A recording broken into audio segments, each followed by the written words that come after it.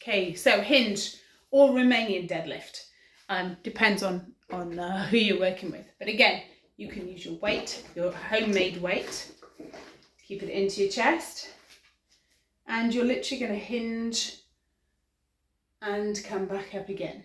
The weight is creating the resistance.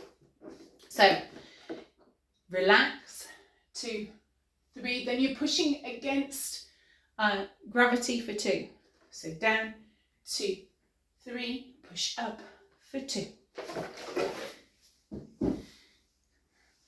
Heavier weight, hold it into your chest, down, 2, 3, push up for 2, down, 2, 3, push up for 2.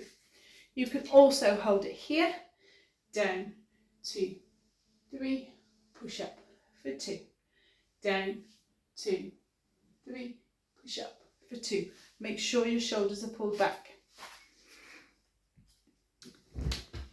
Loop underneath your feet. Cross the loop over and again. So you're down, 2, 3, push up for 2, down, 2, 3, push up for 2. Okay, there's some options.